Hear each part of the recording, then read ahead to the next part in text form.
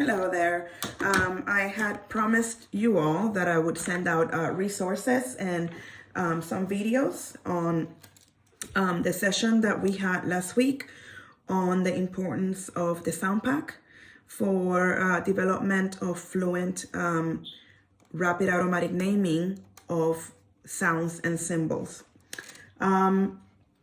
So we discussed during our session that for novice readers, two skills are very important or predictive of reading skill acquisition. The first one is phonologic awareness or phonemic awareness, to be more exact. And the second one would be fluent and stable and rapid naming of sounds and symbol correspondences. So that would be knowledge of phonics. Phonologic awareness is a set of skills, brain skills, cognitive skills that enable brains to process the most discrete, the smallest sounds within words, within our oral speech. And research have shown us that struggling readers oftentimes have deficits in their phonological awareness skills. Phonological awareness skills can be as broad as being able to tell if two words rhyme. That cat and map do not rhyme because the last sound in those words, at and map, are not the same. Or for example, to tell that pot and cot do rhyme because the last sound in those two words is the same. So that is a broader range, the ability to tell that longer words are made out of smaller syllables, like apple, that they're able to clap syllables. Those are phonological awareness skills. For reading, what really matters is that we're able to parse out the most discrete, the smallest sounds in a word, so that the brain can attach a symbol to that sound. All right. So, for example, the ability to tell that the word map is made out of a, p, three sounds. Struggling readers often lack those skills. They also lack the skills to manipulate sounds within words to make new words. For example, that a, p can be changed to op to make a new word, mop. All right?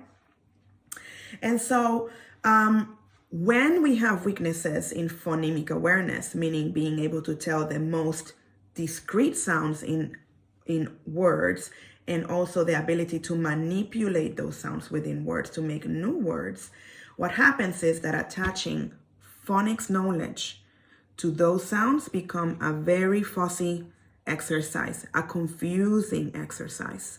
Oftentimes, I have noticed that, especially in our group and in previous children I have assessed, including my own, that they actually have phonics knowledge. They can tell you what the sound for R is, sometimes incorrectly or correctly. They could tell you re, which is the incorrect form of saying the sound for R, or they can tell you which is the correct sound for it. But you'll notice that they can sit there for quite some time, meaning more than 2 seconds. The brain is processing, what's that sound? What's that sound? What's the sound?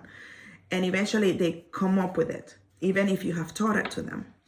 And the reason for that unstable attachment is that underlying weakness in phonemic and phonologic processing.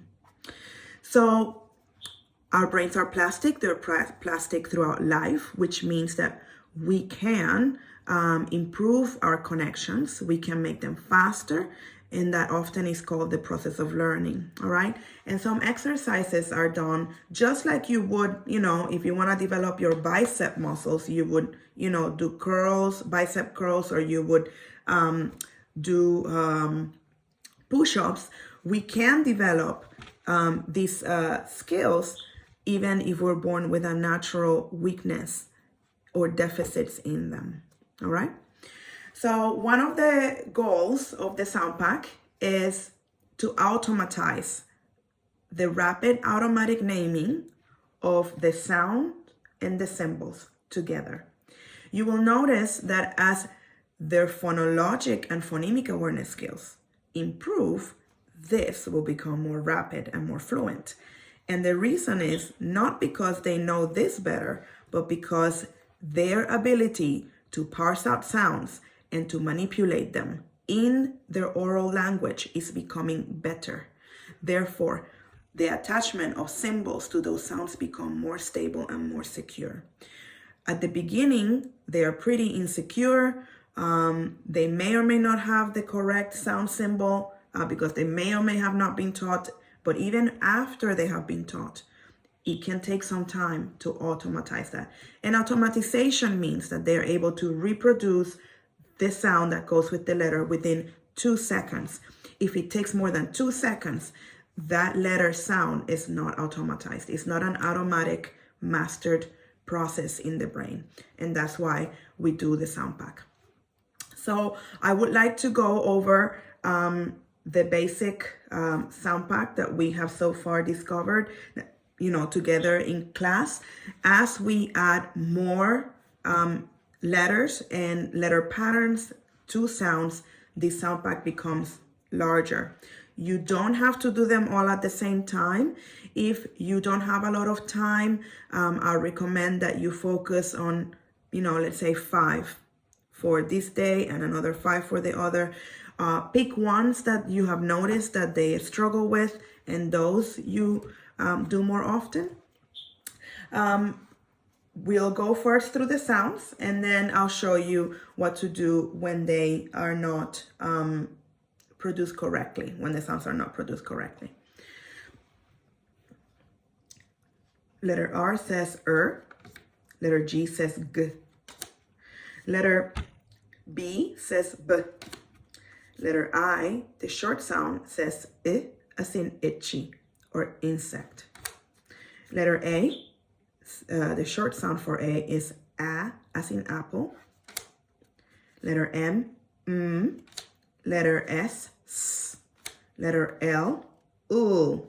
Letter N, N. Letter F, F. Letter P, P. Letter H, H. Letter C, the most common sound, is K, and the one we have learned so far. Letter V, V. Letter T, T. Letter W, W. Letter D, D. Letter Y, Y. Letter U, the short sound, as in up. Letter J, J. Letter Z, Z. Letter X, X. Letter O, the short sound, is O, as in olive. Letter E, as in an eddy or egg.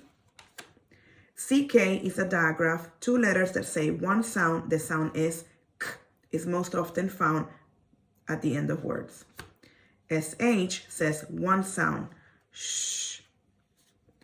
TH can say 2 sounds.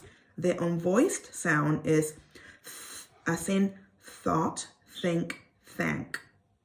The voiced sound, the one that we use our vocal cords to vibrate, is th, as in that, they, or them.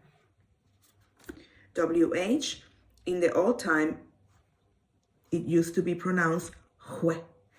But today, in modern English, the h sound has dropped and it's pronounced just as the W, we. CH, the most common sound, is ch. CH can make 2 other sounds, sh, in French origin, or words that originate in French, or k, as in Christmas, in words that originate in Greek. But for now, we have only taught them the most common sound for ch, for CH, which is ch, and that's the most common sound in Anglo-Saxon words. We have also learned a glued unit or a chunk. ALL says all. A-L-L does not say al or all. It says all, as in tall, call, fall. Q is a letter that is never written in English without a U. So we unitize those two letters together so that the learner automatizes in that Q-U together say que, as in queen, quet, quilt. Okay? And we refer to the U as its bodyguard. All queens have a bodyguard. Q-U says que. Letter K says k. It is very important that the children keep the consonant sounds fairly clean, so we want to chop up any vowel sounds. For example, L is not le. Is not re. B is not be. P is not pe. So what we want to do when they attach a vowel sound at the end of a consonant, we want to remind them that when we say consonants, we don't open our mouth. We just simply move our lips, our tongue, and our teeth to make those sounds. So oftentimes I remind them, put your finger under your chin and say the consonant sounds. Do not move your chin. B, p, k, s, u, n. And that is the correct way to make consonant sounds. Well, I hope this helps. When the child makes a mistake, for example, they see the letter R and they tell you is re, you are gonna give them a benefit of the doubt practice, meaning you're gonna put it to the back of the pack and keep going. At the end, if you have gone through all of the sound pack and then you come back to your R, you show it to them again, and you give them the opportunity for their brain to pull up the right sound. If they still say the incorrect sound, simply tell them the correct sound, and give them a keyword to remind them of what the sound is. As in road. And try to exaggerate the sound that that keyword is reminding them. For example, as in road. If the letter that they're getting wrong is a stop sound like B, like B, you would tell them, this is B, and it says B, as in boy, boy. So you try to exaggerate or repeat the sound in the keyword that will remind them of the letter. So the first time that is incorrect, put them in the back of the pack, give them a benefit of the doubt practice. And if they get it wrong the second time, simply give them the letter name, the sound, and a keyword to remind them of the correct sound.